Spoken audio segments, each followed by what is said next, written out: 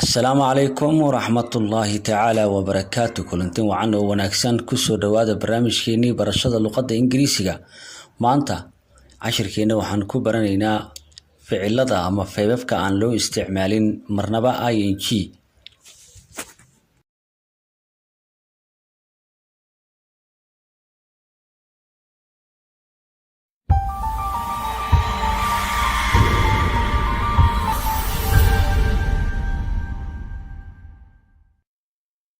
cashirkeena maanta wuxuu ku saabsan yahay ficilada markii lagu hadlayo luqadda Ingiriisiga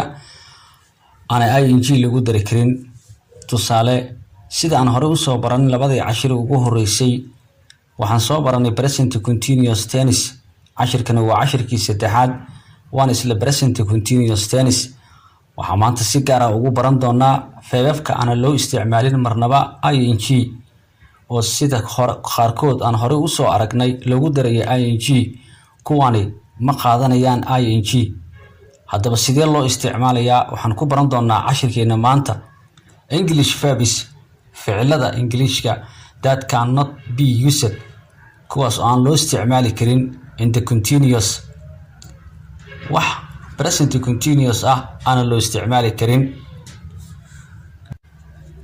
Do not use high استعمال these verbs verb كان استعمال in present continuous tense how استعمال verb كان how استعمال present continuous tense how استعمال. كو 1 verb كا أنا ING لو استعمال كرين وحلو يقانا verbs of emotion وفعل ذا كي ماذا درنكا emotion فعلك هدي وكي ماذا emotion أما الدرين لو ما استعمالي كرو ING waxaa lagu dhisayaa tenniskaasi markaasi wuxuu noqonayaa tenniska simple presentiga ah. tusaale ficiladu midna waa mid laga sameeyo afka,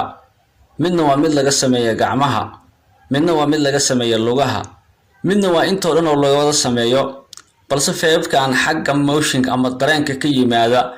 ayaga ING ma qaadanayaan loomana isticmaalayo. feebkaas maxaa kamid ah waxaa kamid ah feebka loo yaqaan live ama jacayl, waxaa kamid ah feebka loo yaqaan hate nacayb,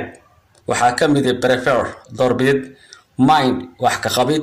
like jeclaan, dislike nacayb, bliss farxad, surprise la yaabid, astonish la yaabid iyo impress waa isku macno inta. feebkan oo dhan kulli waxay ka yimaadaan dareen. cannot be seen lama arki karo, lama maqli karo, laakiin waa la dareemi karaa. for example ereyga jaceylka ficilkaasi ma aha ficil true action la yiraahdo ficil marka la sameynayo la arkayo laakiin wuxuu ka yimaadaa dareen. feebabka marka ka yimaada xagga dareenka ING iyaga laguma darayo oo qof ma dhihi kartid I am live in you laakiin waxaad leedahay I love you. sidoo kale haddii aan tusaale kale ka bixiyo aad ku fahmi kartid feebka ING-da qaadanaya midka aan qaadan karin waxaad ku kala garanaysaa waxa loo yaqaano permanent waxa loo yaqaano permanent action ama ficil joogto ah. ficilkan hadduu yahay ficil joogto ah isaga marnaba ING ma qaadanayo laakiin inta badan ING-da waxa loo isticmaalo waxay tahay duration ama temporary action ficil yar oo macnaha mar soconayo. tusaale haddaan soo qaato nacayb haddii aad wax nacayb tahay wuxuu noqonayaa permanent. tusaale haddii aan soo qaato inta badan ereyga nacaybka wuxuu noqonayaa permanent oo haddii aad wax nacayb tahay waa wax mar kasta nacayb tahay. laakiin present continuous tense waxa ING-da loogu darayo waxay tahay verbka ama ficilkaasi wuxuu soconayaa duration. for example qof baa wuxuu ku leeyahay I am eating my lunch waxaan cunayaa qadadayda. qadada permanent ma aha in yaroo kooban baa la cunayaa laakiin haddii aad wax nacayb tahay ama waxaad jeceshahay possible waxa permanent action noqonaya. marka ficilada inta badan permanentiga ay joogtada laguma daro ING.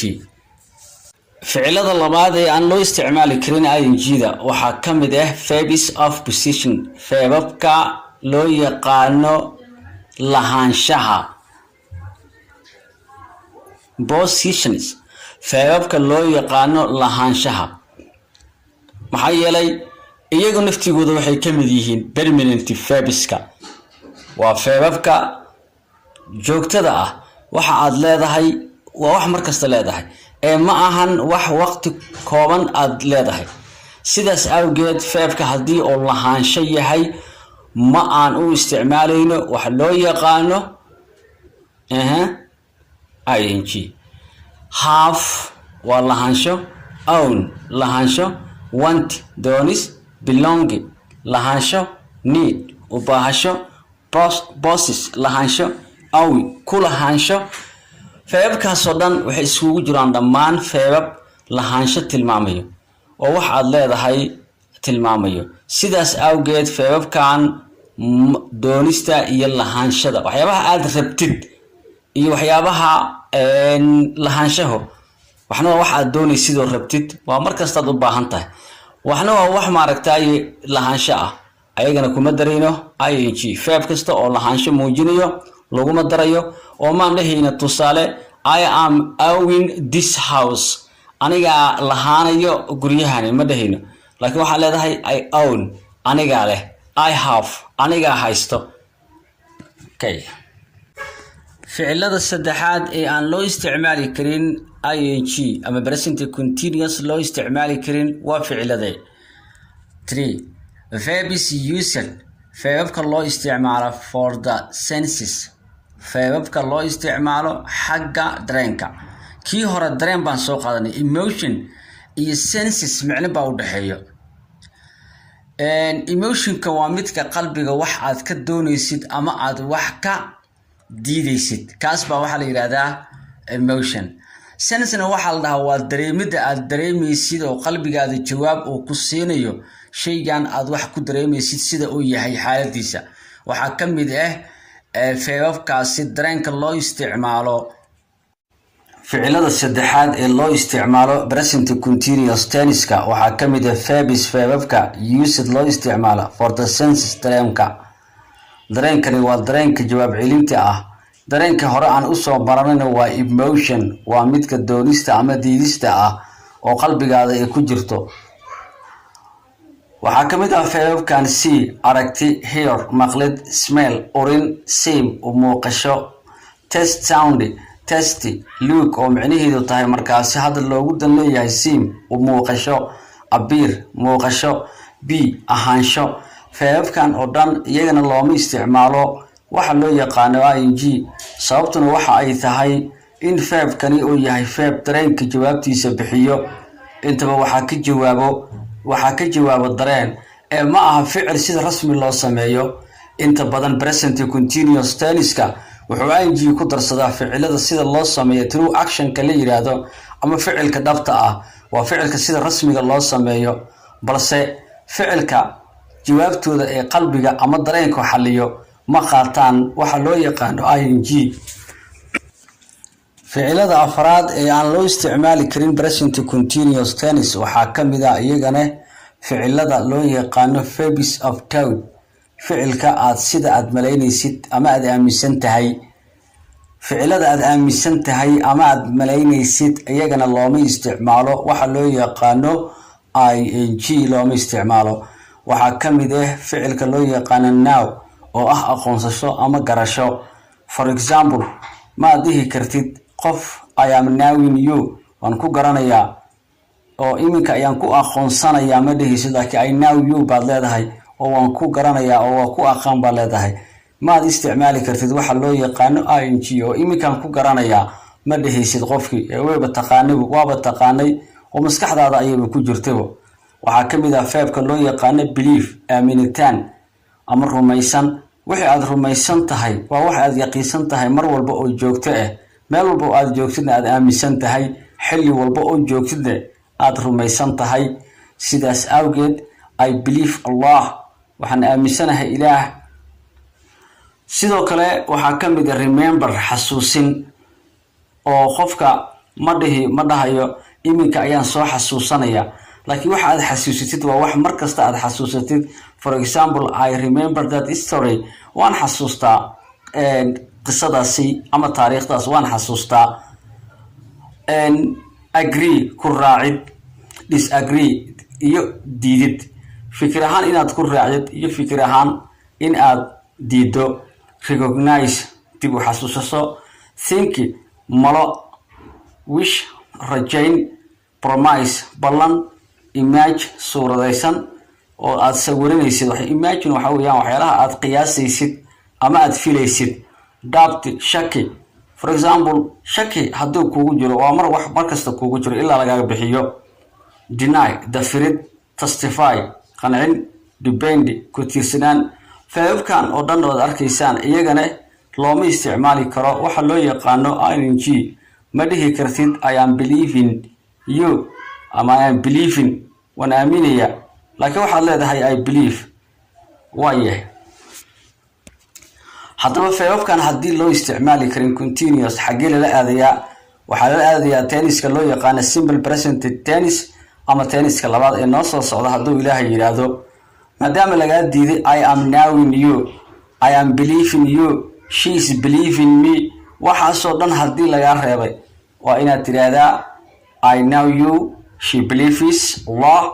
I am remember ma dhahaysid I remember. waayahay groupka shanaad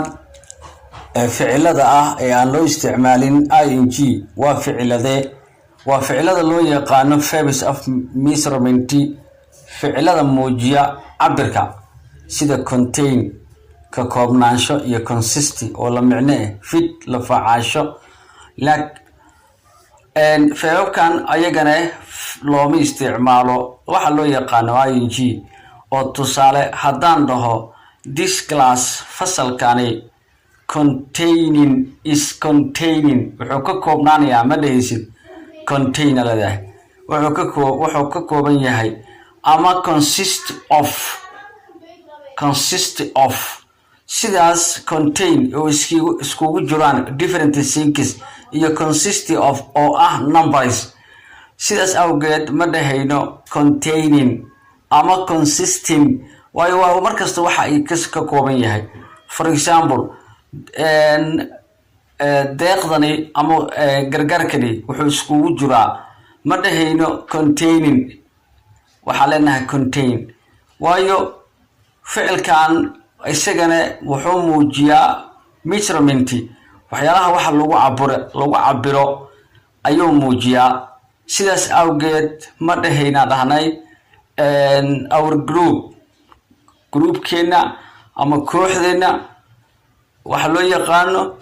are consisting of, waxay ka koobnaanayaan ma dhahayno, markastay ka kooban yihiin. groupkan waa tiradan wuu ahaanayaa, shalay wuu ahaa, maanta wuu ahaanayaa, berina wuu ahaanayaa. sidaas awgeed waxaan u isticmaalaynaa contain ama consist. the list of verbs faababka aan above referred faababka kor lagu soo sheegay waa faababka hadda aan soo qaadanay ilaa 5 gaari. faababkaas waxaan dhahnay waxaa loo qeexaa ama lagu cadeeyaa faababka loo yaqaano as stative or ama state verbs, faababka xaaladeed ayaa la yiraahdaa.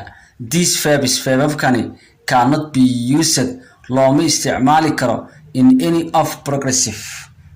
or continuous tense. wax present continuous tense ah faababkan looma isticmaali karo, waayo waxaa la yiraahdaa state verbs baa la faababka xaaladeed ayaa la yiraahdaa oo ma aha iyagu faabab qaadan karo ing. sidaas awgeed ilaa 5 heer ayaan hadda soo qaadanay. faababkaas looma isticmaali karo present continuous tense. these verbs faababkani typically si iska cad refer waxay raacaan to a permanent state, xaalad joogto ah. so sidaas daraadeeda you can say waxaad dhihi kartaa I like this, kani waan jeclahay, but laakiin not hadhihin I am liking you. for example I like waxaad tiraahdaa sax ah she likes him, iyadu way jeceshahay isagu, not laakiin hadhihin she is liking him, way jeclaanaysaa. maxaa yeelay faabkani waa faab emotion ah, waa state permanent. sidaas awgeed waa faab dareenka ka yimaada, waana faab markaasi state permanent ah oo xaalad joogto haysto hadduu xaalad joogto haysto emotionna ka yimaado waxaa ka mamnuuc ah in ing lagu daro note ogsoonow hadday ing baxdana verb to be presentiga wuu baxayaa sidaas awgeed hadday ahayd she is loving him oo la diiday waxaa markaasi la ogolaaday she loves him iyadu way jeceshahay isagu st oo verb to be presentigana way baxday loving oo ing-na waa la diiday sidaas awgeed casharka xiga waxaan ku baran doonaa exception wax la yiraahdo feebabkani qaar baa ka soo haro oo loo isticmaali doono ing kuwaasi waa noocee waxaan ku baran doonaa hadduu ilaahay yiraahdo casharka xigo waad ku mahadsan tahay dhageysigaada thank you very much